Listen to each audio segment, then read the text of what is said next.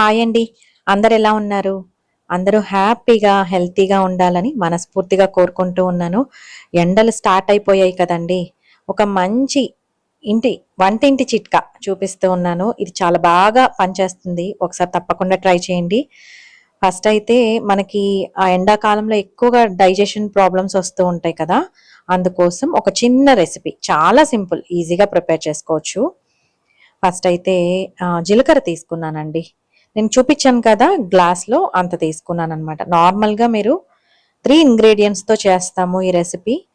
So, మీరు 3 ingredients same క్వాంటిటీలో తీసుకోవాలనమాట. అంటే 1 గ్లాస్ జీలకర్ర తీసుకుంటే, 1 గ్లాస్ వాము, 1 గ్లాస్ సోంపు తీసుకోవాలి. ఇలాగ 3 ఇంగ్రీడియెంట్స్‌తో చేసుకుంటామండి ఈ పౌడరు. డైజెస్టివ్ పౌడర్ అనొచ్చు. చాలా అంటే చాలా బాగా పనిచేస్తుంది.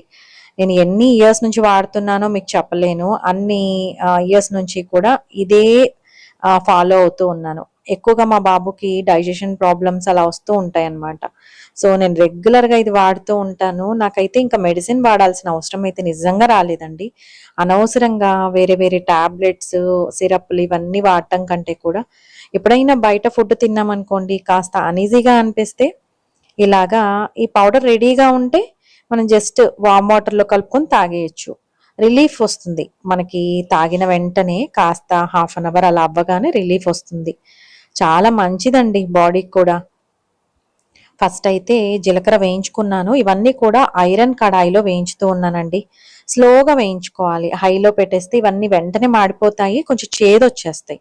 సో, స్లోగా సిమ్‌లోనే పెట్టుకొని వేయించుకోవాలి. కాస్త టైం పడుతుంది కానీ, ఈ పౌడర్ నాకు 3-4 మంత్స్ వస్తుందండి.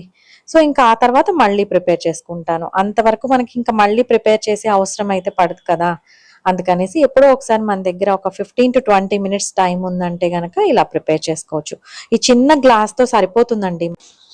వేయించి చేస్తాం కాబట్టి మనకి ఎక్కువ రోజులు నిల్వ ఉంటుంది. పొడి పురుగు పట్టడం అలా ఏముండదండి.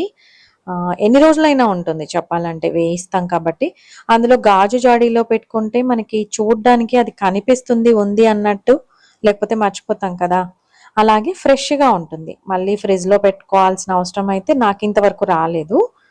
ఆ తర్వాత సోంపు వేయించుతూ ఉన్నానండి. ఈ సోంపు మనము ఫ్లేవర్డ్ కాకుండా నార్మల్ బేసిక్‌గా ఉండేవి తీసుకోవాలనమాట. అంటే సాల్టెడ్ అలా కాకుండా నార్మల్‌గా గ్రీన్ కలర్‌లో ఉంటాయి కదా! అలాంటివి చిన్నవి తీసుకున్నాను నేను. అవైతే కొంచెం ఫ్లేవర్ బావుంటుంది.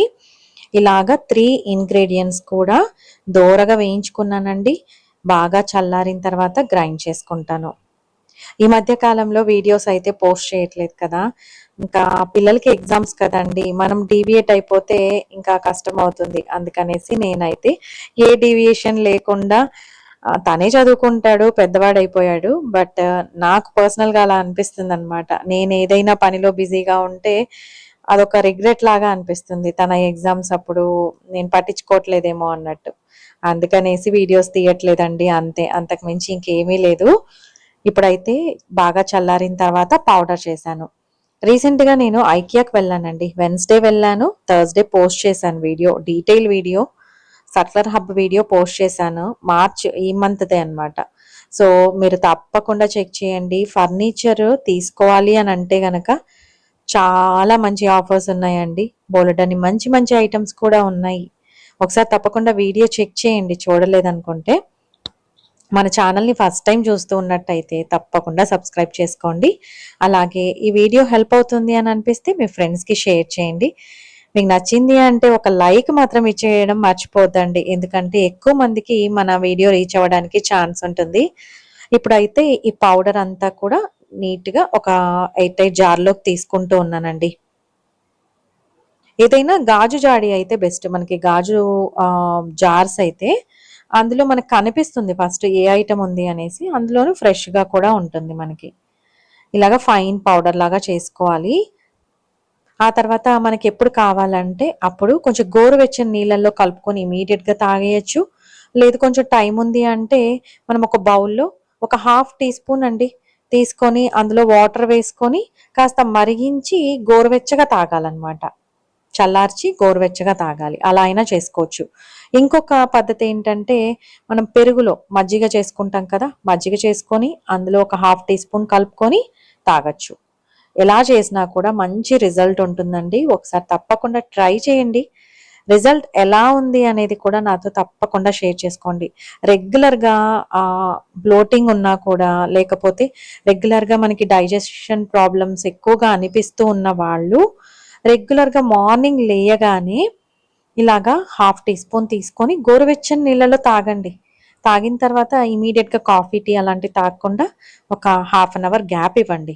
ఇలా చేస్తే మనకి బ్లోటింగ్ ప్రాబ్లమ్స్ తగ్గుతాయన్నమాట. అంటే గ్యాస్ట్రిక్ ప్రాబ్లమ్స్ కానీ, పొట్టలో ఉబ్బరంగా ఉండడం కానీ ఇవన్నీ కూడా తగ్గుతాయి. నార్మల్‌గా ఫ్రీ మోషన్ అవ్వడానికి కూడా హెల్ప్ అవుతుందండి. ఈ జీలకర్ర, వాము, సోంపనేవి మామూలుగా మనం చిన్నప్పుడు ఫంక్షన్స్‌కి వెళ్తే లంచ్ అయిన తర్వాత సోంపు ఇచ్చేవాళ్ళు. ఇప్పుడు కూడా అంతేలేండి హోటల్స్‌లో కూడా. ఆ సోంపు ఏంటంటే మళ్ళీ మనకి అందులో ఏదో షుగర్ కలిపి ఉన్నవి అలా ఫ్లేవర్డ్ ఇస్తూ ఉన్నారు కానీ, మన చిన్నప్పుడైతే యాజ్ ఇట్ ఈజ్ సోంపు మనం తీసుకునేవాళ్ళము. అలాగే కిళ్ళి ఇచ్చేవాళ్ళు. ఇవన్నీ కూడా మనకి డైజెషన్‌కి చాలా హెల్ప్ అవుతాయి.